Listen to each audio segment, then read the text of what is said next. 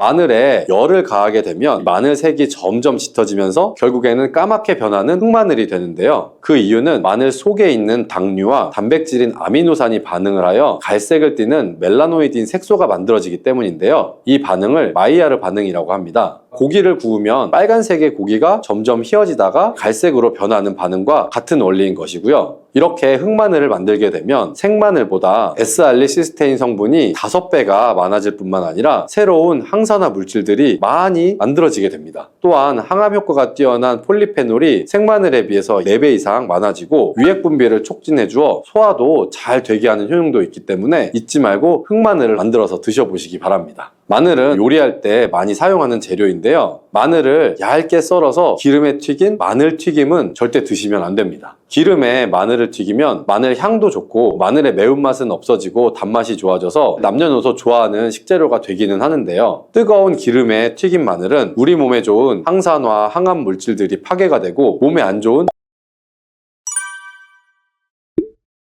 여러분, 마늘이 몸에 좋다는 사실은 너무나도 잘 알고 계시죠? 그런데 이것과 함께 먹으면 암과 치매에 걸린다니 깜짝 놀라셨나요? 아무리 몸에 좋은 마늘이지만 함께 먹으면 오히려 독이 되는 음식들도 있습니다. 그리고 마늘은 생마늘, 구운 마늘, 찐 마늘, 절인 마늘, 흑마늘 등 먹는 방법이 아주 다양하잖아요. 이렇게 먹는 방법에 따라서도 우리 몸에 주는 효능이 다르게 됩니다. 그리고 여기서 잠깐, 마늘 껍질은 대부분 먹지 않고 버리시죠. 마늘 껍질을 오늘부터는 절대 버리지 마시길 바랍니다. 마늘 껍질을 왜 먹어야 하는지 그리고 또 어떻게 먹어야 하는지 알려드릴게요. 마늘과 절대 함께 드시면 안 되는 음식과 마늘과 함께 드시면 좋은 음식 그리고 마늘과 마늘 껍질의 효능까지 마늘에 대한 모든 것을 알려드릴게요.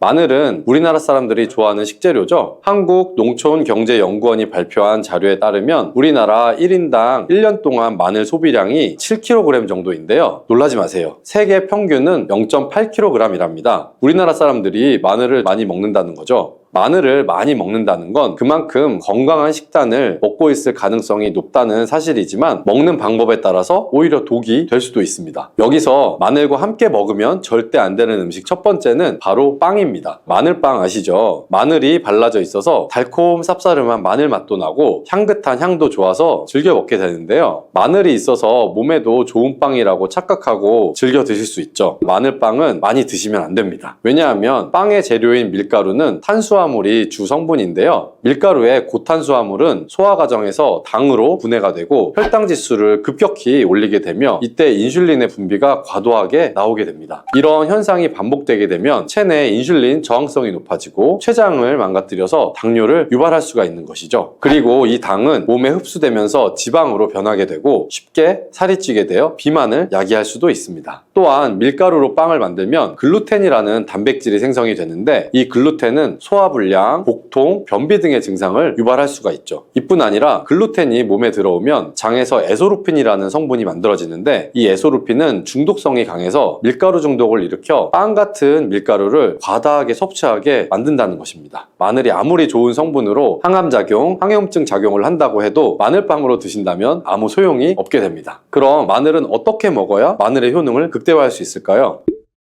마늘은 생으로 드실 때도 물론 좋지만 익혀서 드실 때 더욱 좋습니다. 몸에 보약이 되는 마늘 먹는 법을 알려드릴게요. 첫 번째는 마늘밥입니다. 국립농업과학원에 따르면 마늘의 S알리시스테인 함량을 조리법에 따라서 조사한 결과 생마늘일 때 S알리시스테인 함량이 2.77mg 정도가 되었고 삶기 시작한 후에 30분 정도 지나면 4.92mg이 되었으며 1시간이 지났을 때는 9.16mg으로 생마늘에 비해 무려 4배 이상 많아진다고 했습니다. 뿐만 아니라 121도의 온도에서 1시간 동안 마늘을 쪘을 때 S알리시스테인 함량이 50.24mg으로 생마늘보다 18배 정도나 높다고 연구 결과를 발표했습니다. 따라서 마늘을 드실 때는 1시간 이상 끓여서 드시는 것이 좋겠죠. 이런 방법이 번거로우시다면 추천드리는 방법이 바로 마늘밥입니다. 밥을 할 때 마늘을 넣는 건데요. 1인분을 할 때 마늘을 한 3-4알 정도씩 넣어서 밥을 하시면 됩니다. 현미가 있다면 현미를 넣은 마늘 마늘밥을 하시면 더욱 좋은데요. 현미 속에는 티아민이라는 성분이 있는데 마늘의 S알리시스테인과 현미의 알리티아민 두 가지 성분을 모두 섭취하여 항암 효과뿐 아니라 피로회복, 근육통 완화에도 좋은 밥이 되는 것이죠. 그럼 마늘밥을 하기 위해 마늘을 까고 나면 껍질은 어떻게 하셨나요? 다 버리셨죠? 오늘부터는 절대 버리지 말기 바랍니다.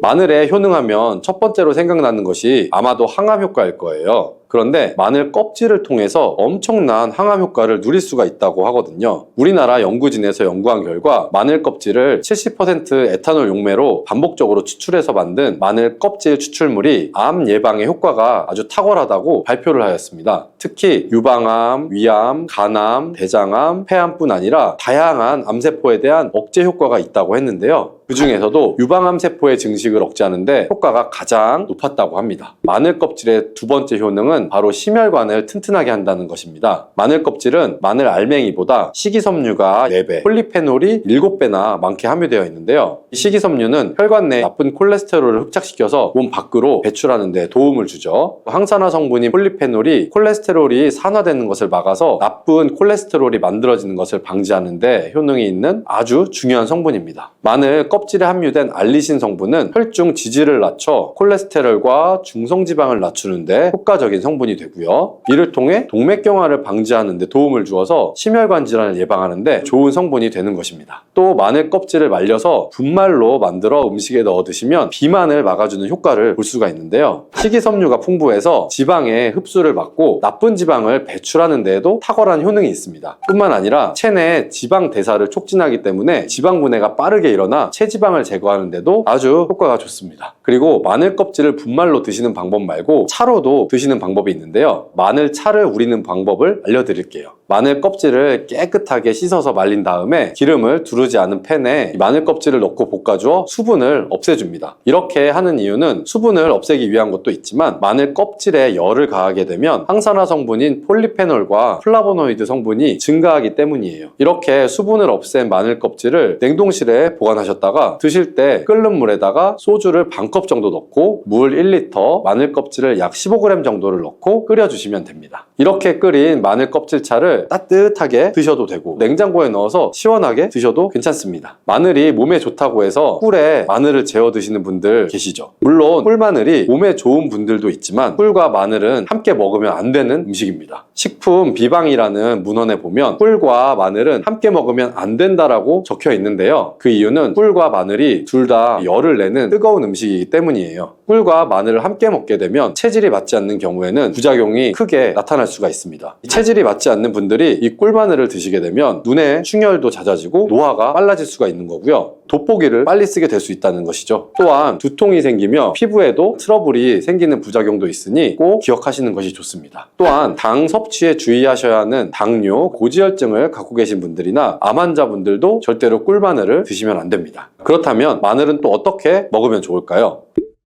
바로 다양한 쌈 채소와 함께 드시는 것을 추천해 드리는데요. 마늘의 매운맛을 내는 알리신 성분이 혈관을 건강하게 해서 암을 예방하고 쌈 채소를 통해 다양한 비타민과 무기질을 섭취하며 풍부한 항산화 물질도 섭취해서 몸의 활성산소를 제거하고 혈관을 깨끗하게 해 노화를 방지하고 활력이 넘치는 건강한 몸이 될 수 있는 것이죠. 그런데 마늘을 반찬으로 만들어 드실 때 절대 드시면 안 되는 것이 있습니다. 그것은 바로 마늘 장아찌입니다. 아니, 마늘 장아찌가 왜? 라고 의문이 생기는 분들이 계실 텐데요. 모든 마늘 장아찌가 안 되는 것은 아니고요. 바로 설탕이 많이 들어간 마늘 장아찌는 만들어 드시면 안 됩니다. 시중에 판매되는 마늘 장아찌에는 설탕이 많이 들어가 있을 가능성이 높기 때문에 가급적이면 사드시지 않는 것이 좋고요. 몸에 좋은 마늘도 설탕과 함께 먹으면 오히려 독이 될 수 있기 때문인데요. 설탕이 많이 함유된 마늘 장아찌를 드시게 되면 혈당이 급격하게 오르고 인슐린 저항성이 높아져서 혈액 속에 중성지방이 많아져 혈액을 끈적하게 만들게 되겠죠. 또한 설탕을 많이 섭취하게 되면 뇌에서 기억력을 담당하는 해마의 크기를 줄어들게 합니다. 나중에 기억력이 떨어지고 나아가 치매를 일으키는 것과도 연관이 될 수가 있죠. 집에서 마늘 장아찌를 담가 드실 때에는 설탕을 넣지 마시고 건강한 식재료를 사용하시는 것이 좋겠죠. 마늘을 건강하게 드실 수 있는 또 다른 방법은 흑마늘을 추천해 드립니다. 마늘에 열을 가하게 되면 마늘 색이 점점 짙어지면서 결국에는 까맣게 변하는 흑마늘이 되는데요. 그 이유는 마늘 속에 있는 당류와 단백질인 아미노산이 반응을 하여 갈색을 띠는 멜라노이드인 색소가 만들어지기 때문인데요. 이 반응을 마이야르 반응이라고 합니다. 고기를 구우면 빨간색의 고기가 점점 휘어지다가 갈색으로 변하는 반응과 같은 원리인 것이고요. 이렇게 흑마늘을 만들게 되면 생마늘보다 S알리시스테인 성분이 5배가 많아질 뿐만 아니라 새로운 항산화 물질들이 많이 만들어지게 됩니다. 또한 항암 효과가 뛰어난 폴리페놀이 생마늘에 비해서 4배 이상 많아지고 유액 분비를 촉진해 주어 소화도 잘 되게 하는 효능도 있기 때문에 잊지 말고 흑마늘을 만들어서 드셔보시기 바랍니다. 마늘은 요리할 때 많이 사용하는 재료인데요. 마늘을 얇게 썰어서 기름에 튀긴 마늘 튀김은 절대 드시면 안 됩니다. 기름에 마늘을 튀기면 마늘 향도 좋고 마늘의 매운맛은 없어지고 단맛이 좋아져서 남녀노소 좋아하는 식재료가 되기는 하는데요. 뜨거운 기름에 튀긴 마늘은 우리 몸에 좋은 항산화, 항암 물질들이 파괴가 되고 몸에 안 좋은 탄수화물만 남는 음식이 되게 됩니다. 마늘을 튀길 때 사용하는 기름은 오메가6 지방산이 많은 식용유를 사용하게 되는데요. 이런 기름을 많이 먹게 되면 몸 안에 지방산 불균형이 일어나기 때문에 염증 수치가 높아질 수가 있습니다. 또한 튀긴 마늘을 섭취하게 되면 당독소 또한 높아져서 결국 우리 몸에 인슐린 저항성이 높아지는 악영향을 주는 것이죠. 만약에 기름에 튀긴 마늘을 드시고 싶다면 한 가지 방법이 있는데요. 그것은 올리브유를 사용하시고 불을 오래 가열하지 말고 살짝만 가열하여 마늘도 튀기듯이 오래 하지 말고 살짝 익혀서 드시면 향도 좋고 몸에도 좋은 마늘을 드실 수가 있습니다. 올리브유를 이용한 마늘을 드시는 방법을 하나 더 알려드릴게요. 그것은 올리브유에 마늘을 재워서 먹는 방법인데요. 먼저 마늘을 끓는 물에 넣어서 5분 정도 데쳐주시면 되고요. 소독된 병에 마늘을 담고 여기에 올리브유를 가득 담아줍니다. 이때 통후추를 조금 넣어주시면 풍미를 더욱 높일 수가 있고요. 올리브유와 마늘이 만나서 항산화 성분, 항암 물질이 극대화가 돼서 혈관을 튼튼히 하고 혈전 생성을 막고 혈류를 원활하게 해줘서 치매를 예방하는 효과도 생기고요. 심장마비나 뇌졸중까지 예방할 수 있는 보약이 되는 것입니다. 이렇게 만든 마늘 올리브유 절임은 반찬으로 드셔도 좋고 또 생선 요리를 할 때 이 마늘을 으깨서 생선에 발라주면 생선 비린내도 잡아줄 뿐 아니라 마늘과 올리브유의 풍미가 더해져서 더욱 맛있는 요리가 될 수 있으니 참고하시면 좋겠습니다.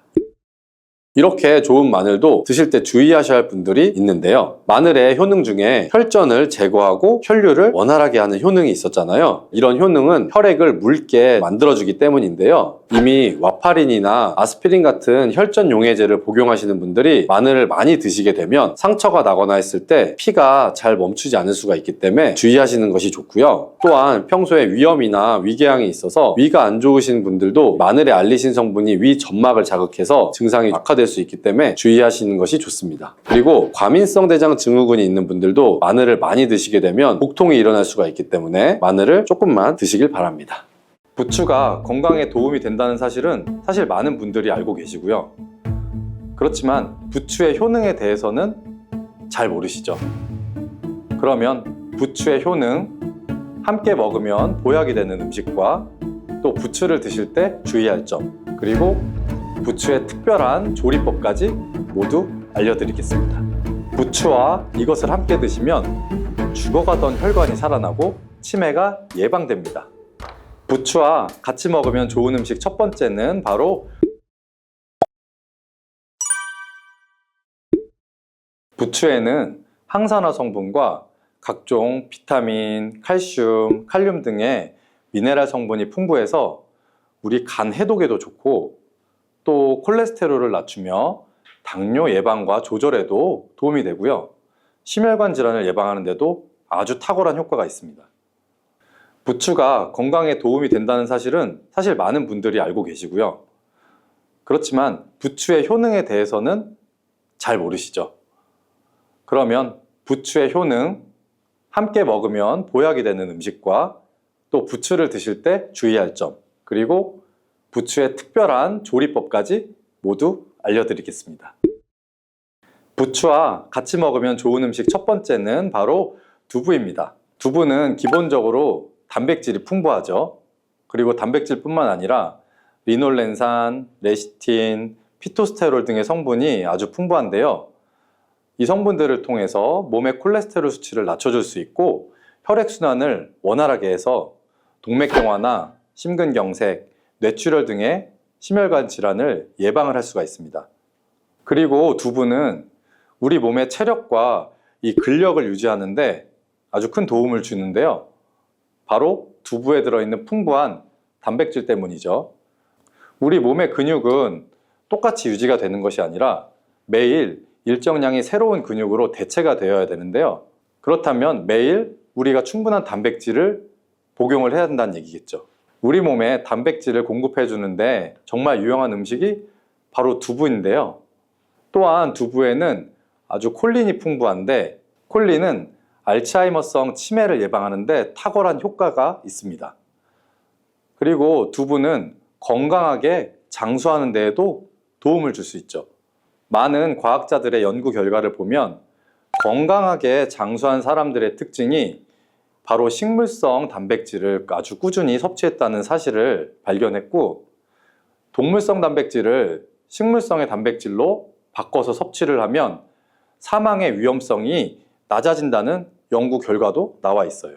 이런 두부와 부추가 만나게 되면 심혈관 질환을 예방하는데 시너지 효과를 볼 수가 있습니다. 바로 부추에 풍부한 황화 아릴 성분이 혈관 내 노폐물을 제거해 줄 수가 있고요. 또 나쁜 콜레스테롤도 녹여주는 효과가 있기 때문인데요. 그렇게 되면 혈액이 깨끗해지고 혈액순환이 원활하게 잘 돼서 심혈관 질환의 전반적인 예방을 할 수가 있습니다. 그리고 부추에는 칼륨이 아주 풍부한데요. 칼륨은 혈관 내 나트륨을 몸 밖으로 배출해주는 작용을 합니다. 만약에 몸 안에서 나트륨 농도가 높아지면 고혈압이 발생하고 증세가 심해지면 치매까지 유발을 할 수가 있습니다. 그런데 이 부추 속에 있는 칼륨이 나트륨을 배출해 주어서 혈관 문제를 미리미리 예방을 할 수가 있고요. 고혈압뿐만이 아니라 혈관성으로 오는 치매까지 예방해주는 효과를 누릴 수가 있습니다. 문제는 부추를 먹어서 이렇게 혈액순환이 좋아진다고 해도 혈관 내에 호모시스테인이라는 성분은 부추를 드시는 것만으로는 해결이 되지 않는 경우가 있습니다. 이 호모시스테인은 체내에서 메티오닌이 대사되는 과정에서 생성되는 아미노산인데요. 호모시스테인이 과량이 돼서 혈관에 많이 쌓이게 되면 오히려 혈관을 손상을 시키고 혈액의 응고를 촉진하기 때문에 혈액순환도 떨어지고 심혈관 질환을 유발을 할 수가 있습니다. 그런데 이때 두부를 함께 드시게 되면 혈관 내 호모시스테인을 제거하는데 아주 놀라운 효과를 볼 수가 있어요. 어떻게냐고요? 바로 두부에 들어있는 풍부한 엽산 때문인데요.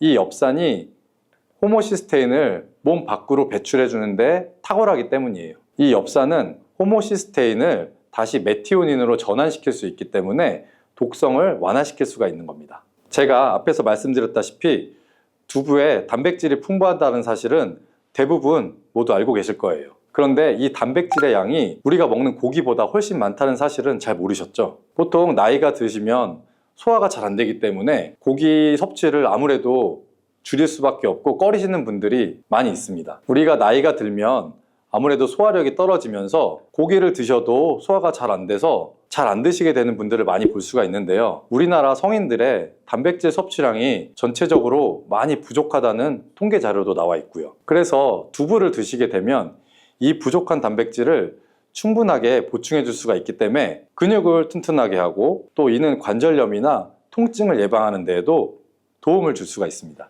그리고 두부에는 이소플라본이라는 성분이 많이 들어있는데요. 이 이소플라본은 바로 칼슘의 흡수를 도와주고 뼈에서 칼슘이 빠져나가는 증상까지 막아주는 효과가 있어요. 이 효과 때문에 노년기에 오는 골다공증을 예방하는데 아주 큰 역할을 해줄 수가 있고요.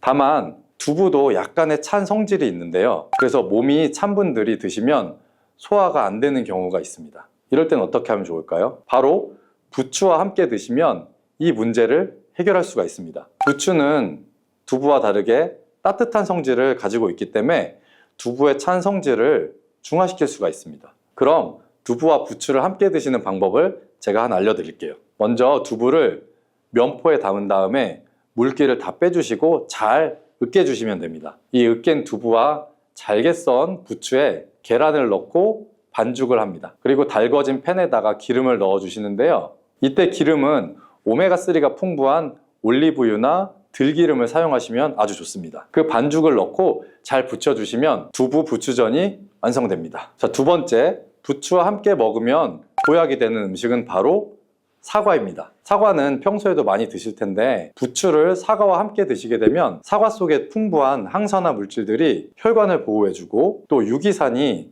우리 몸의 신진대사를 촉진해주기 때문에 몸속에서 생성되는 발암물질들을 몸 밖으로 빠르게 배출시켜줍니다. 부추가 가진 효능 중에 가장 중요한 것 중에 하나가 바로 이 항암 효과예요. 부추에 있는 다양한 영양 성분과 식이섬유, 항산화 물질들 덕분인데요. 부추에는 비타민 A, 비타민 C와 같은 항산화 물질들이 아주 풍부합니다. 세포를 손상시키고 염증을 유발하면서 노화를 촉진하는 활성산소를 제거하는 역할을 해주고 암세포의 활성을 억제하는 효과도 갖고 있습니다. 특히 비타민 A는 면역 체계를 강화시켜 주어서 우리 몸이 암세포와 싸워 이길 수 있는 힘을 높여주는 역할을 해줄 수가 있습니다. 우리 몸의 세포를 손상시키는 주범에는 프리라디칼이라는 물질이 하나 있는데요. 들어보신 분도 아마 있을 거예요.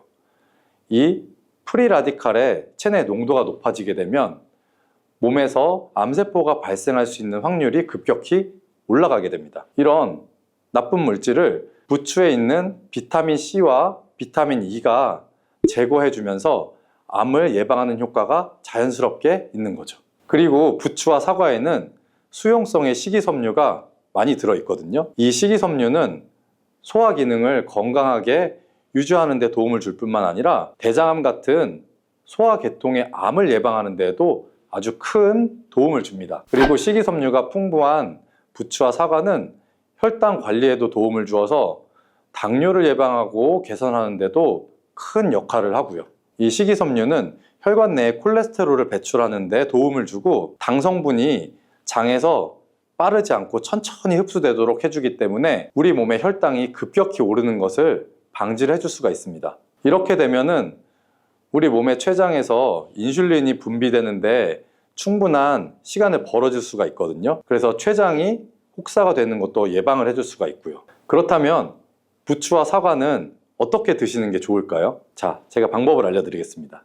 먼저 여러 채소로 샐러드를 만들어서 드실 때 부추와 사과를 채를 썰어서 함께 드셔도 정말 맛있게 드실 수 있습니다. 그리고 부추와 사과를 함께 넣고 갈아서 주스를 만들어 드셔도 좋은데요. 만드는 방법도 아주 간단합니다. 먼저 잘 씻은 부추를 적당한 크기로 잘라주시고요. 사과도 가운데 씨만 빼고 잘 잘라주시면 됩니다. 그렇게 해서 믹서기에 한꺼번에 넣고 여기에 물 1컵 넣어주시고 올리브 오일도 1스푼 넣어주시고요. 왜냐하면 올리브 오일을 넣으면 부추의 영양 성분의 흡수율을 안 넣는 것보다 몇 배나 올려줄 수가 있기 때문이에요. 이렇게 넣고 잘 갈아주시면 바로 부추 사과 주스 완성입니다. 자, 세 번째, 부추와 함께 먹으면 보약이 되는 음식은 바로 돼지고기입니다. 부추는 생명력이 아주 강한 걸로도 잘 알려져 있죠. 그 생명력은 지친 간을 되살리는 데도 효능이 뛰어나고요. 간에 쌓여있는 독소를 제거하는 데도 아주 효과가 좋은데요. 부추에 함유된 베타카로틴과 클로로필이 간세포를 보호해주고 간의 재생을 촉진해주는 역할을 해주거든요. 그리고 부추에 함유된 사포닌 성분이 지방간을 예방하고 간의 부담을 덜어주는데 많은 도움을 줍니다. 또 황화알릴이라는 성분이 풍부한데 이 성분은 간의 면역력을 직접적으로 강화해주고 간 질환을 예방해주는 효과가 있습니다. 여러분 혹시 글루타치온이라는 영양제 들어보신 적 있나요? 요즘 많이 드시는 제품 중에 하나인데요. 부추에는 체내에서 이 글루타치온을 합성할 때 필요한 황화합물이 아주 풍부해서 간의 해독작용을 직접적으로 도와줄 수가 있습니다. 이때 돼지고기를 부추와 함께 드시면 우리 몸에 보약이 될 수 있는데요. 왜냐하면 부추에 들어있는 알리신 성분이 돼지고기의 비타민 B1의 흡수율을 높여줄 수 있기 때문이에요. 또 부추의 따뜻한 성질이 돼지고기의 차가운 성질을 보완해서 소화가 잘 되도록 도와줄 수 있고요. 위 건강에도 도움을 줄 수 있겠죠. 그리고 영양학적으로도 서로 보완이 돼서 균형 잡힌 식사가 될 뿐 아니라 혈액순환의 개선이나 면역력 강화, 또 피로 해소, 우리 몸의 에너지 증진, 항암 효과 등을 더 효과적으로 얻을 수가 있게 됩니다. 자, 그렇다면 부추와 돼지고기는 어떻게 드시는 게 좋을까요? 돼지고기 수육을 해서 부추랑 같이 쌈을 싸서 드셔도 좋지만 반찬으로 만들어 먹을 수 있는 방법을 하나 알려드릴게요. 바로 돼지고기 부추 볶음인데요. 먼저 부추를 적당한 크기로 잘라서 준비해 주시고 돼지고기는 약간 길쭉하고 얇게 썰어 주시면 좋습니다. 그래서 잘 달궈진 팬에 올리브유를 한번 잘 둘러주시고 부추와 돼지고기를 한 번에 넣고 잘 볶아주세요. 여기에 대파와 다진 마늘을 넣어주시고 간장으로 간을 해주시면 됩니다. 그렇게 해서 다 볶아진 다음에 여기에 들기름을 살짝 곁들여 주시면 고소함이 폭발할 뿐 아니라 영양도 아주 만점인 보약 반찬이 완성이 됩니다. 참고로 돼지고기 대신에 오리고기를 사용하셔도 훌륭한 요리가 될 수 있고요. 자, 네 번째, 부추와 함께 먹으면 보약이 되는 음식은 바로 브로콜리입니다. 브로콜리는 세계 10대 슈퍼푸드 중에 하나로 선정이 된 적이 있을 만큼 건강에 아주 좋은 채소죠. 이 브로콜리에는 항산화 물질인 비타민 E, 베타카로틴, 비타민 C 등이 아주 풍부하게 들어있고요. 이 성분들이 혈관 속의 활성산소를 제거해서 세포 노화를 방지하는 효과가 있죠. 그리고 설포라판이라는 항암 성분도 풍부한데 암세포의 성장을 억제하고 암 예방에도 효과적인 아주 놀라운 식물입니다. 또 비타민 A가 풍부해서 우리 눈 건강에도 아주 좋은 효능을 발휘하고요. 이 비타민 A는 부추에도 풍부한데 함께 드시게 되면 그래서 시너지 효과를 누릴 수가 있습니다. 비타민 A는 체내에서 로놉신의 합성을 도와서 야맹증을 예방해 줄 수 있고 눈에 점막을 만들어서 유지시켜주는 효과가 있고요. 그래서 안구건조증도 예방이 되고 눈이 시린 증상도 완화를 시켜줄 수가 있습니다. 또 비타민 C는 활성산소를 제거해서 안구 세포를 보호해주고 눈의 혈관을 건강하게 유지시켜 주어서 망막이 손상되는 것을 막아줄 수가 있습니다. 이런 효과로 눈이 충혈되는 것과 눈에 오는 통증도 완화시켜 줄 수가 있고요. 우리가 흔히 아는 눈 질환 중에서 황반변성이라는 게 있죠. 이 황반변성은 노인의 실명 원인 1위에 해당할 만큼 매우 위험한 질병이죠. 그런데 부추와 브로콜리에 풍부하게 들어있는 비타민 E가 이것을 예방해 줄 수가 있는데요. 황반변성은 우리 안구가 급격하게 노화되면서 많이 발생을 하거든요. 그런데 비타민 E가 이 노화를 막아주는 효능이 있기 때문에 황반변성을 예방하는 데 큰 도움을 주는 겁니다. 이 비타민 E는 비타민 C, 비타민 A와 함께 먹으면 우리 몸에서 흡수율이 올라가거든요.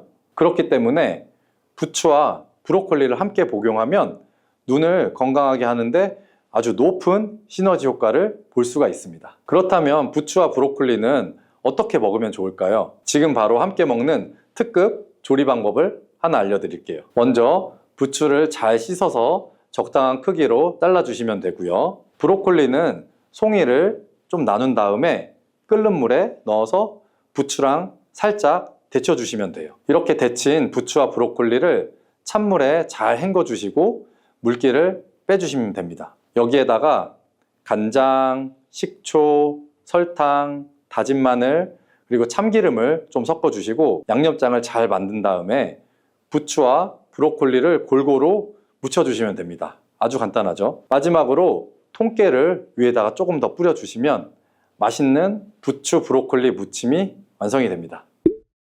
그런데 이렇게 몸에 좋은 부추도 드실 때 주의할 사항이 있어요. 부추가 돼지고기와 함께 먹을 때는 좋지만 소고기와 함께 먹으면 좋지 않은 점이 있습니다. 소고기는 부추와 비슷하게 따뜻한 성질을 가지고 있거든요. 그래서 소고기를 부추와 함께 드시게 되면 이 뜨거운 성질이 강화되기 때문에 위와 장 등의 소화기관에 자극을 줄 수가 있고요. 이것이 소화불량을 일으킬 수도 있고 또 배가 아프거나 아니면 변이 묽어져서 설사가 나올 수도 있고요. 또 너무 과량 섭취하시게 되면 그 열 때문에 두통이나 불면증까지 오는 경우도 있습니다. 그리고 신장 기능이 약하신 분들도 부추를 드실 때 약간의 주의를 하시면 좋은데요. 그 이유는 바로 부추에 들어있는 풍부한 칼륨 때문이에요. 이 칼륨이 몸속에 나트륨을 배출해서 혈압이나 심혈관 질환에 도움을 주지만 신장이 약하신 분들이 부추를 과하게 드시게 되면 많은 양의 칼륨이 몸에 들어오면서 약한 신장이 이 칼륨을 몸 밖으로 잘 배출해주지 못하게 되거든요. 그렇게 되면 몸에는 고칼륨 혈증이 나타나서 근육이 약해지고 또 심장에도 영향을 주어서 심장박동이 좀 불규칙해지거나 심하면 호흡곤란이 오기도 해요. 따라서 신장질환이 있는 분들은 몸 상태를 보시면서 소량씩 드시는 것이 좋겠습니다. 대파에서 대파의 뿌리는 특히 채소와 육수를 만들 때 많이 사용하는데요. 대파의 뿌리에는 알리신이라는 성분이 풍부하게 함유되어 있습니다. 이 알리신은 우리 몸을 따뜻하게 열을 올려주는 역할을 하고 혈액순환을 원활하게 해주어서 신경을 안정화시켜주기도 하는데요. 이렇게 신경을 안정시켜주는 효능으로 불면증도 완화해 주어서 잘 때 머리맡에 두고 주무시는 분들도 계십니다. 그리고 알리신은 몸에 열을 내주는 효능으로 기침 감기나 가래를 완화시켜주는 데에도 도움을 주며 항균, 항암 효과도 있어서 각종 바이러스와 암세포를 억제해 주어 암을 예방하는 데도 탁월한 효능을 발휘합니다. 알리신은 지방을 분해해서 배출해 주어 다이어트에도 도움을 준다고 알려져 있죠. 그리고 대파의 뿌리 부분에는 폴리페놀 성분도 많이 함유되어 있어서 심혈관 질환 예방에 탁월한 효능이 있습니다. 식이섬유도 풍부하여 장운동을 활성화하고 배변 활동을 도와 변비를 예방하고 숙변을 제거하는 효능도 있고요. 이런 대파 뿌리를 채소나 육수 만드실 때 말고는 사실 특별히 많이 쓰진 않는데요. 대파 뿌리의 특급 레시피를 하나 알려드릴게요. 뿌리, 줄기, 이파리까지 버릴 것이 없는 대파는 정말 다양한 조리법도 있는데요. 피를 맑게 해주고 내장 지방을 없애주며 장 건강에도 좋은 풍부한 영양소들도 함유하고 있어서 반드시 먹어야 하는 채소 중에 하나입니다. 이런 대파도 함께 먹으면 보약이 되는 음식이 있고 또 독이 될 수 있는 음식도 있습니다. 그리고 먹는 방법에 따라 효능도 다르다고 하니 다양한 방법으로 드시는 것을 추천해 드리고요. 그럼 지금부터 대파의 효능과 함께 먹으면 보약이 되는 음식 3가지와 독이 되는 음식 2가지까지 알려드리겠습니다. 그리고 대파의 특급 레시피 4가지와 대파 보관법까지 대파의 모든 것을 알려드릴게요. 우리나라에서는 통일신라 시대부터 재배를 했다고 알려져 있습니다. 그만큼 오랫동안 재배하고 식탁에 올라온 채소인데요. 대파 이 특유의 향이 다른 식재료의 잡냄새를 제거하는데 아주 탁월한 효과가 있어서 생선이나 고기류의 냄새를 제거하는 향신료로도 많이 사용되고 있죠. 뿐만 아니라 물에 넣고 끓이게 되면 감칠맛이 좋아져서 다양한 육수와 채소를 만드는 데에도 빠지지 않고 들어가는 재료이기도 합니다. 이런 대파의 첫 번째 효능이 바로 내장지방을 싹 빼준다는 것인데요. 대파에는 특유한 향과 알싸한 매운맛을 나게 하는 성분이 있습니다. 이 성분이 바로 황화알릴이라는 성분입니다. 이 황화알릴은 대파에 열을 가해서 굽게 되면 프로필 메르캅탄이라는 성분과 아조엔이라는 성분으로 변하게 되는데요. 대파를 구울 때 매운맛을 내는 성분은 휘발이 돼서 없어지게 되고요. 단맛이 나는 성분이 생성되는데 그 성분이 바로 프로필 메르캅탄입니다. 이 프로필 메르캅탄의 단맛 강도가 설탕 단맛의 강도보다 무려 50배나 강해서 대파의 단맛이 좋게 느껴지는 거고요. 정말 놀랍지 않나요? 근데 단맛 하면 당뇨가 있는 분들은 혈당이 오를까봐 걱정을 하게 되시잖아요. 이 성분은 설탕과는 다르게 혈당을 오르게 하지 않기 때문에 당뇨가 있는 분들도 전혀 부담 없이 드실 수 있는 단맛입니다. 또 열을 가하면 아조엔이라는 성분이 만들어진다고 했잖아요. 바로 이 성분이 우리 몸을 회복시켜주는 효능이 있습니다. 그럼 어떻게 우리 몸을 회복시킬까요? 그것은 바로 혈관을 깨끗하게 해주기 때문입니다. 아조엔의 별명이 바로 혈관 청소부인데요. 혈관의 나쁜 콜레스테롤을 제거해주고 혈액이 뭉쳐서 생기는 혈전 생성을 방지해주게 됩니다.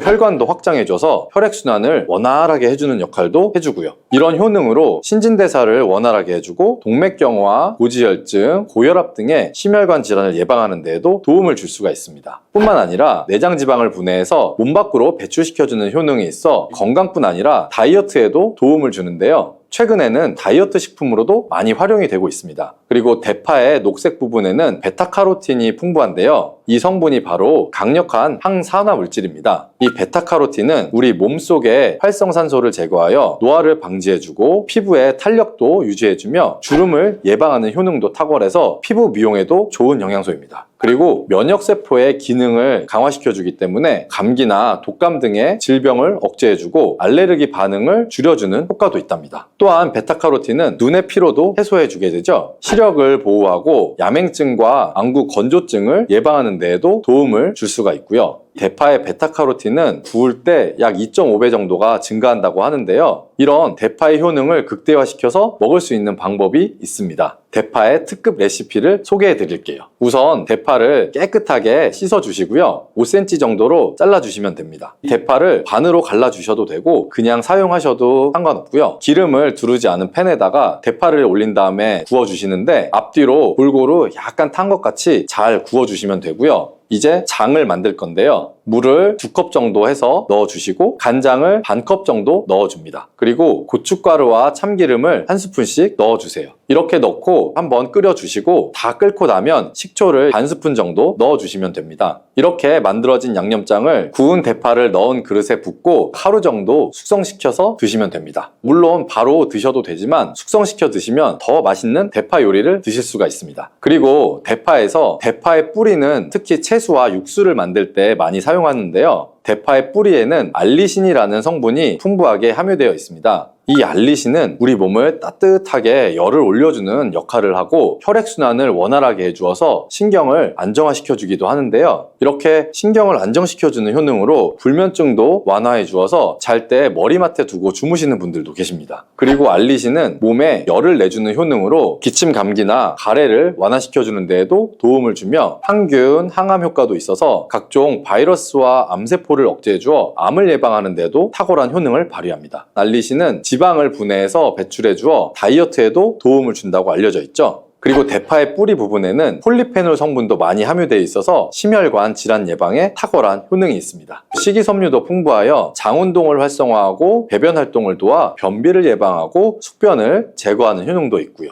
이런 대파 뿌리를 채소나 육수 만드실 때 말고는 사실 특별히 많이 쓰진 않는데요. 대파 뿌리의 특급 레시피를 하나 알려드릴게요.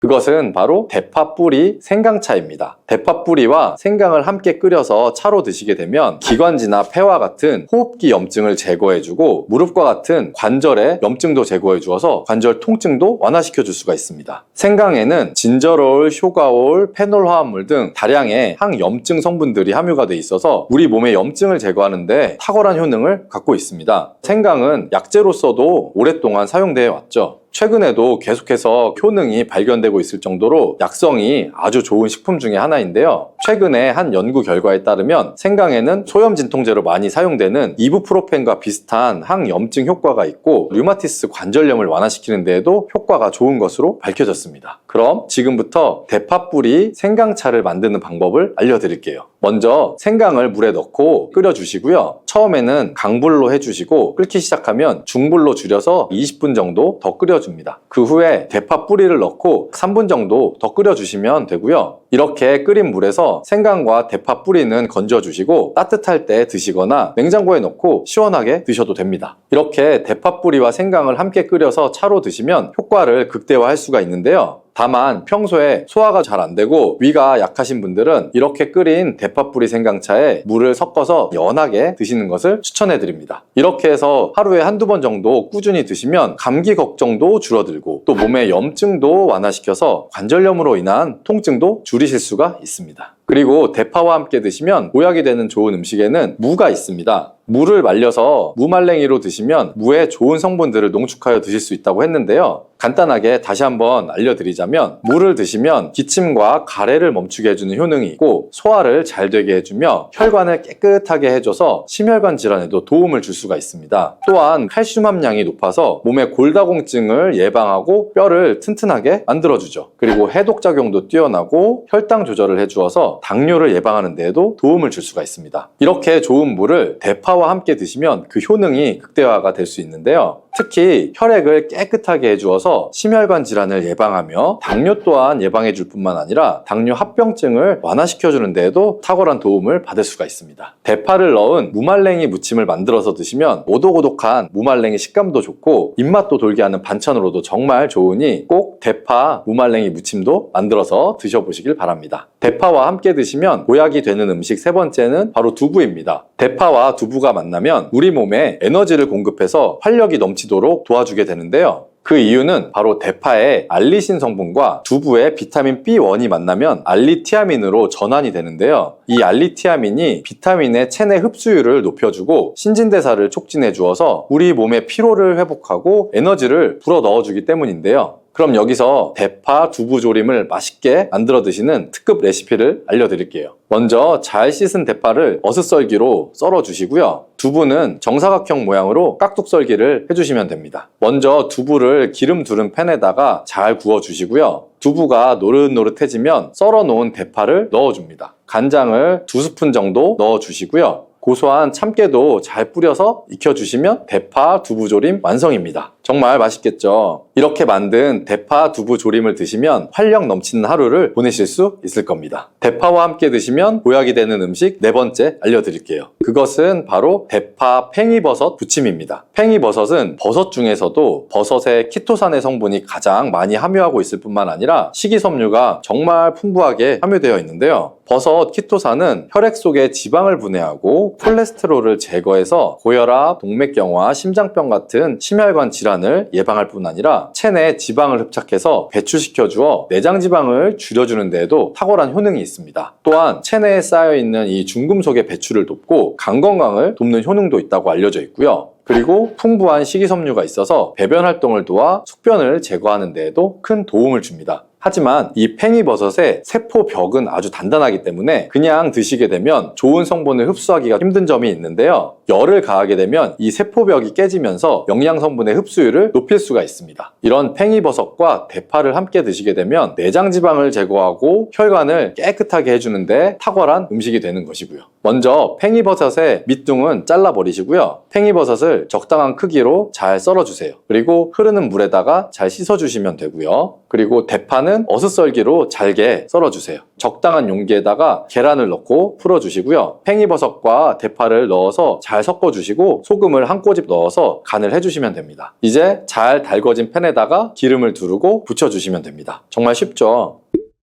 그런데 이렇게 좋은 대파도 함께 드시면 안 되는 음식이 있습니다. 대파와 함께 드시면 안 되는 음식 첫 번째는 바로 꿀입니다. 대파와 꿀은 두 가지 다 몸에 열을 올려주는 효능이 있습니다. 한의학에서는 대파와 꿀을 함께 먹으면 위장에 탈이 나고 더부룩한 현상이 나타날 수가 있다고 하는데요. 대파와 꿀을 함께 먹으면 위에서 소화액 분비를 억제해서 소화 불량을 유발할 수가 있기 때문이에요. 또한 꿀은 알레르기 반응을 일으킬 수가 있는데 대파와 함께 먹으면 그 알레르기 반응이 더 악화될 수도 있다는 것을 알아두시면 좋고요. 꼭 기억하셔서 대파와 꿀은 함께 드시지 않기를 추천합니다. 또 대파와 함께 드시면 안 되는 음식은 미역입니다. 미역과 대파 둘 다 알긴산이라는 성분이 있는데 이 알긴산은 미끌거리는 식감이 있습니다. 함께 드시게 되면 식감이 안 좋은 이유도 있지만 식감보다도 더 중요한 이유가 있습니다. 왜냐하면 파에는 인과 유황 성분이 있기 때문인데요. 미역과 파를 함께 드시게 되면 파의 인과 유황 성분이 미역에 함유되어 있는 칼슘의 흡수를 방해하게 됩니다. 미역에는 칼슘 함량이 높아서 골다공증 예방에 좋은 효능이 있는데 이 효과를 떨어뜨리게 되는 것이고요. 미역국을 끓일 때 대파로 채수를 내어 시원한 미역국을 끓여 드시는 분들도 계신데 절대로 미역국을 끓일 때는 대파를 사용하지 않으셔야 합니다. 그리고 다음으로 대파를 보관하는 방법을 알려드릴게요. 대파를 한 단 사면 양이 많아서 한 번에 드시지 못하는 경우가 많죠. 대파를 보관하실 때는 씻지 않고 흙이 묻은 채로 보관하는 것이 좋지만 사용하기 불편하기 때문에 씻어서 보관하는 방법을 알려드릴게요. 우선 잘 씻은 대파를 줄기와 잎부분으로 나눠서 잘라주시고요. 물기를 제거한 다음 키친타올을 넣은 지퍼백에 줄기와 잎부분을 나눠 담아서 냉장고에 보관해 주시면 됩니다. 이렇게 하시면 약 2, 3주 정도는 보관이 가능하고요. 더 장기간 보관하시려면 냉동을 하시면 되는데 냉동 보관하시려면 대파를 사용하기 원하는 크기대로 자른 다음 지퍼백에 넣어서 냉동하시면 됩니다. 이렇게 하시면 냉동된 대파를 꺼내서 요리하실 때 바로 사용하실 수 있을 겁니다. 황반변성은 노화로 인해 황반부가 손상되는 질환을 말하는데요. 여기서 황반부가 뭐냐 하면 망막의 중심부를 말합니다. 다시 말해 황반변성은 망막의 중심부가 손상되는 질환이라는 거죠. 참나물에 풍부한 비타민 A는 황반변성의 진행을 늦추고 예방하는 데 도움을 주고요. 뿐만 아니라 참나물에는 루테인과 지아잔틴도 들어있는데요. 잠깐, 유튜브나 TV를 보시는 분들은 괜찮은데 혹시 유튜브 시청을 자주 하시거나 디지털 기기를 너무 자주 사용하시는 분들은 예전에 비해서 눈이 뻑뻑하고 눈이 안 좋아진다고 느껴지진 않으시나요? 현대인들은 너무 잦은 디지털 기기 사용으로 인해서 청색광에 노출되는 시간이 증가하고 눈 건강에 대한 걱정이 커지고 있는데요. 참나물에 함유된 향긋하고 맛있는 나물 중에 하나인 참나물 좋아하시는 분 많으시죠? 그 특유의 향이 짙고 고소한 맛이 나는데요. 참나물은 우리 몸에 정말 좋은 다양한 효능을 가지고 있는 잎채소라는 거 아셨을까요? 특히 중년 그리고 노년에게 꼭 필요한 영양 성분들이 가득하다는데요. 참나물이 우리 몸에 어떤 효능이 있고 도움을 주는지, 그리고 어떻게 섭취하면 좋은지, 또 참나물과 비슷하게 생겨서 헷갈렸던 식물까지 자세하게 알려드릴게요. 참나물은 주로 봄과 가을에 채취하는 것이 가장 좋다고 하는데요. 봄철인 3월부터 5월까지, 그리고 가을철 9월부터 11월까지가 가장 맛있는 시기입니다. 특히 4월에서 6월 사이에 나는 참나물이 가장 연하고 맛이 좋다고 하네요. 이 시기의 참나물은 연하면서 향이 가장 진하기 때문에 요리에도 활용하기가 좋습니다. 한국에서만 참나물을 먹는다고 생각하시는 분들도 많으신데요. 외국에서도 참나물을 먹을까요? 참나물은 한국에서 많이 소비되지만 일본에서도 미즈나라고 불리며 즐겨 먹는 식재료 중에 하나입니다. 일본에서는 주로 샐러드나 나물 요리로 활용이 되고, 그 외에도 유럽이나 미국에서는 허브나 샐러드 재료로 활용되는 경우가 있고요. 최근에는 건강식에 대한 붐이 일고 참나물의 효능이 알려지면서 점점 더 많은 나라에서 관심을 가지기 시작했답니다. 세계인이 좋아하는 참나물은 그 맛과 향이 독특한데요. 영양소도 풍부해서 건강에 많은 도움을 주는 효능이 있습니다. 자, 그럼 어떤 효능이 있는지 참나물의 효능에 대해 지금 바로 알려드릴게요. 첫 번째로 알아볼 효능은 바로 눈 건강 개선 효과입니다. 요즘 스마트폰과 컴퓨터 사용이 늘어났기 때문에 눈이 피곤하신 분들이 많죠. 또 나이가 들면서 자연스럽게 노화가 와서 눈이 침침하거나 하시는 분들도 많으실 거예요. 참나물은 눈 건강에 좋은 베타카로틴과 비타민 A가 풍부하게 함유되어 있는 거 아셨나요? 베타카로틴은 강력한 항산화 작용을 가지고 있는데요. 항산화 물질은 우리 몸에서 발생하는 유해한 프리라디칼을 중화시키는 역할을 합니다. 프리라디칼은 눈의 세포를 손상시킬 수 있으며, 베타카로틴은 이러한 손상을 예방하여 눈 건강을 유지하는 데 도움을 주는 거죠. 또 베타카로틴은 체내에서 비타민 A로 전환이 되어 눈의 피로를 줄이고 시력을 보호하는 데 중요한 역할을 해줍니다. 비타민 A는 망막에서 빛을 감지하는 데 필요한 로놉신이라는 단백질의 중요한 구성 요소인데요. 이 로놉신은 어두운 환경에서도 시각을 유지하는 데 도움을 준답니다. 혹시 황반변성이라고 들어보신 분 있으실까요? 황반변성은 노화로 인해 황반부가 손상되는 질환을 말하는데요. 여기서 황반부가 뭐냐 하면 망막의 중심부를 말합니다. 다시 말해 황반변성은 망막의 중심부가 손상되는 질환이라는 거죠. 참나물에 풍부한 비타민 A는 황반변성의 진행을 늦추고 예방하는 데 도움을 주고요. 뿐만 아니라 참나물에는 루테인과 지아잔틴도 들어있는데요. 잠깐, 유튜브나 TV를 보시는 분들은 괜찮은데 혹시 유튜브 시청을 자주 하시거나 디지털 기기를 너무 자주 사용하시는 분들은 예전에 비해서 눈이 뻑뻑하고 눈이 안 좋아진다고 느껴지진 않으시나요? 현대인들은 너무 잦은 디지털 기기 사용으로 인해서 청색광에 노출되는 시간이 증가하고 눈 건강에 대한 걱정이 커지고 있는데요. 참나물에 함유된 루테인과 지아잔틴은 청색광을 차단하거나 흡수하여 눈을 보호하는 역할을 한답니다. 그래서 안구 건조증이나 백내장, 야맹증 예방 등의 효능이 있는 거죠. 참나물의 효능 참 놀랍지 않나요? 참나물의 두 번째 효능은 바로 해독 작용입니다. 요즘 미세먼지나 환경오염, 가공식품 등으로 인해서 우리 몸속에 유해물질들이 쌓이기가 쉬운데요. 참나물은 체내에 독소를 배출하는 데 도움을 주는 성분들이 많아서 해독 효과가 뛰어난 채소랍니다. 의외이죠? 참나물에는 클로로필이라는 성분이 들어있는데 이 성분은 체내의 중금속과 독소를 흡착하여 배출하는 역할을 합니다. 클로로필은 독소와 중금속을 포함한 다양한 독성 물질을 체내에서 흡착하는 능력이 있는데요. 이러한 독소는 클로로필 분자에 결합하여 체내에서 제거가 될 수 있는 거죠. 클로로필은 간 건강에 도움을 줄 수 있다는 거 아실까요? 간은 체내에서 독소를 제거하는 주요 기관 중에 하나죠. 클로로필은 혈액에 산소를 운반하는 역할을 해주며 충분한 산소를 공급하고 또 해독 과정을 촉진시키고 독소의 제거를 도와준답니다. 또한 간의 해독 기능을 도와주는 비타민 C와 플라보노이드 성분도 풍부하다고 하는데요. 간은 우리 몸에서 해독을 담당하는 중요한 기관인데 참나무를 꾸준히 먹으면 간 건강을 보호하는 데에도 도움이 되겠죠.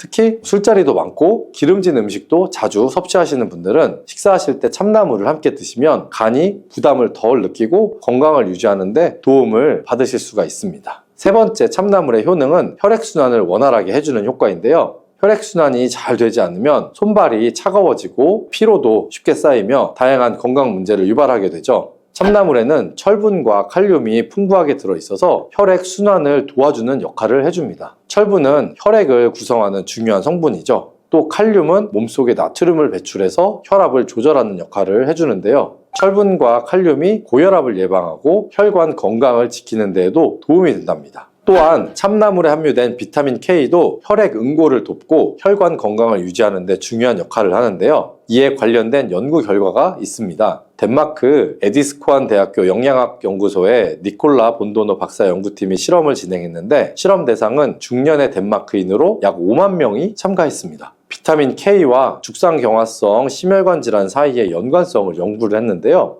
연구 결과 비타민 K1 섭취량이 가장 많은 사람은 섭취량이 가장 적은 사람에 비해 죽상경화성 심혈관 질환 때문에 병원에 입원할 위험이 21% 정도 감소가 했고 비타민 K2의 경우에는 14% 정도가 감소했다고 합니다. 특히 말초 동맥질환 위험이 34% 낮아지는 것으로 나타났다니 참으로 놀라운 연구 결과이죠. 평소 혈압이 높거나 혈액순환이 원활하지 않다고 느끼시는 분들이라면 참나물을 식단에 자주 포함하시면 좋겠죠. 참나물의 놀라운 효능 네 번째는 바로 장 건강과 다이어트 효과입니다. 중년 이후에는 장 건강이 더욱 중요해지죠. 변비로 고생하는 분들도 많으실 텐데요. 참나물이 장 건강을 돕는 데 아주 좋은 채소랍니다. 이 참나물에는 식이섬유가 풍부하게 들어있어서 장 운동을 촉진하고 또 배변 활동을 원활하게 해주는 효과가 있는데요. 특히 수용성의 식이섬유가 많아서 장내 유익균을 늘려주고 장 건강을 개선하는 데 도움을 준다고 해요. 참나물을 꾸준히 섭취하면 장이 편안해지고 변비 예방에도 도움이 되겠죠. 그리고 참나물은 칼로리가 아주 낮고 수분이 많아서 다이어트에도 좋은 식재료인데요. 음식의 양을 줄이지 않고도 포만감을 느낄 수가 있어서 식사량 조절이 필요하신 분들에게 도움이 될 수가 있습니다. 또한 체내에 나트륨을 배출하는 효과가 있어서 부기 완화에도 도움이 되고요.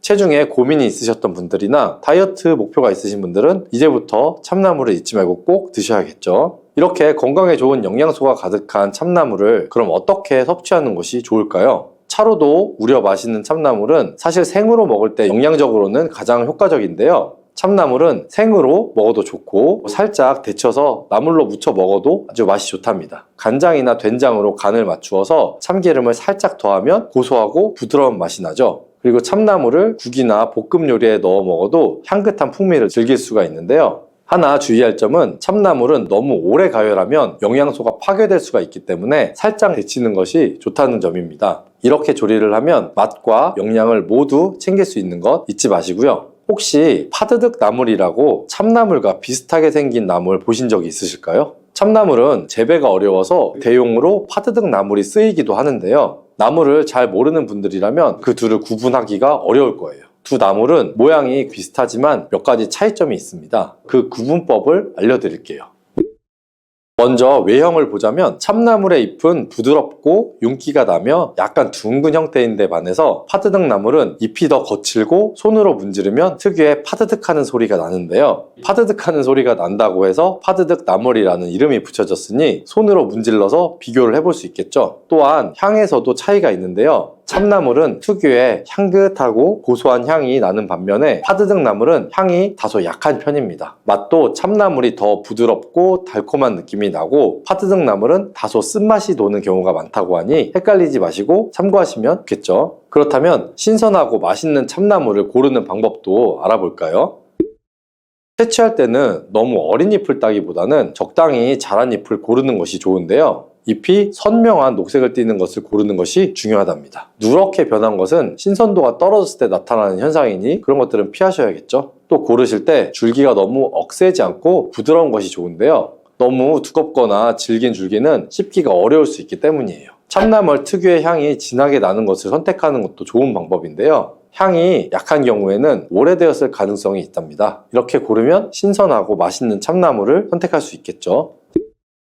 신선한 참나물을 구입하셨다면 보관 방법도 참 중요한데요. 참나물은 쉽게 시들 수가 있기 때문에 신선하게 보관하는 것이 중요합니다. 물기를 살짝 제거한 후에 키친타월로 감싸서 비닐봉지에 넣고 냉장고 보관을 하시면 신선함이 오래 유지가 될 수가 있고요. 또 한 가지 방법은 살짝 데친 다음 냉동 보관하는 것인데요. 이렇게 하면 장기간 보관하면서도 참나물의 영양소를 유지하고 또 드시고 싶으실 때 꺼내면 되니까 편리하게 드실 수 있겠죠. 몸에 이로운 참나물, 부족한 영양소를 보충해주고 시너지 효과를 낼 수 있는 음식이 있다는 거 아실까요? 어떤 음식들과 함께 먹으면 몸에 2배로 도움이 된다는데요. 그럼 참나물과 잘 어울리는 음식을 바로 알려드릴게요.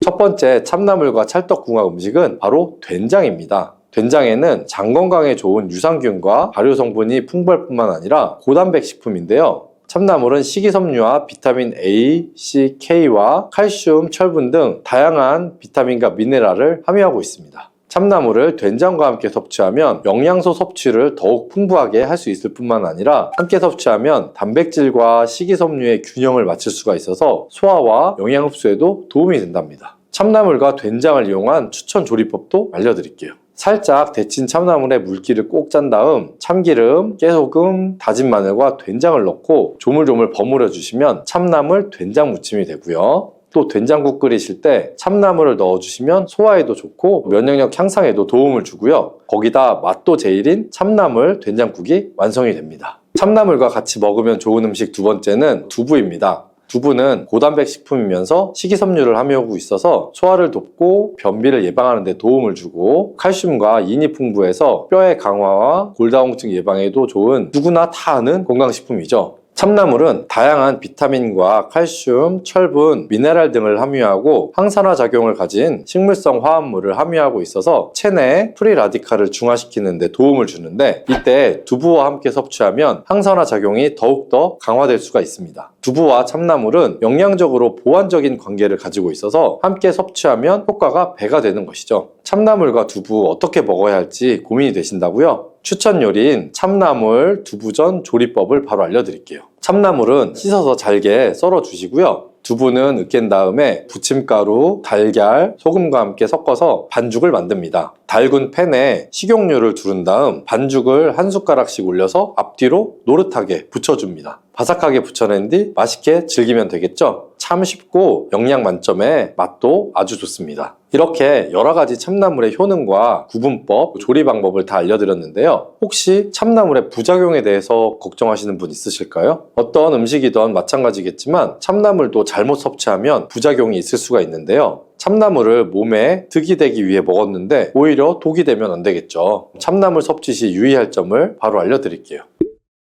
첫 번째 참나물 섭취 시 주의사항은 소화불량입니다. 참나물은 식이섬유가 매우 풍부해서 너무 많이 먹게 되면 복부에 팽만감이나 가스가 차는 증상이 생길 수가 있는데요. 위가 약하시거나 소화 기능이 떨어지신 분들은 과하게 섭취하는 것을 피하시는 것이 좋고요. 잘못해서 너무 많이 먹으면 소화불량, 복통, 설사 등의 증상이 나타날 수 있기 때문에 꼭 유의하시는 게 좋습니다. 두 번째 참나물 섭취 시 주의할 점은 중독 증상입니다. 참나물과 중독이라니 참 안 어울리는데요. 여기서 말하는 중독은 참나물에 소량 들어있는 칼슘 옥살레이트라는 결정성 물질이 인체에 독으로 작용할 수도 있다는 건데요. 대부분은 안전하지만 야생에서 채취한 참나물에 소량 들어있을 수가 있습니다. 칼슘 옥살레이트는 식물에 자연적으로 존재하는 물질 중에 하나로 많은 채소에 함유되어 있는데요. 일반적으로 참나물과 같은 식용식물에 포함된 양은 인체에 해를 끼치지 않을 정도로 소량입니다. 그러나 참나물을 과다하게 섭취하거나 특히 생으로 과다 섭취할 경우에는 칼슘 옥살레이트의 섭취량이 증가하여 소화불량, 복통, 메스꺼움 및 구토와 같은 증상을 유발할 수가 있고 신장에서 옥살산이 칼슘과 결합하여 결석을 형성할 수가 있기 때문에 자연산 참나물을 생으로 과하게 많이 섭취하는 것은 절대로 피하셔야겠죠. 또 인공재배로 키운 참나물은 농약이나 이물질이 남아있을 수가 있으니 생으로 드실 때는 꼭 흐르는 물에 충분히 씻어서 섭취하는 것도 잊지 말아주세요.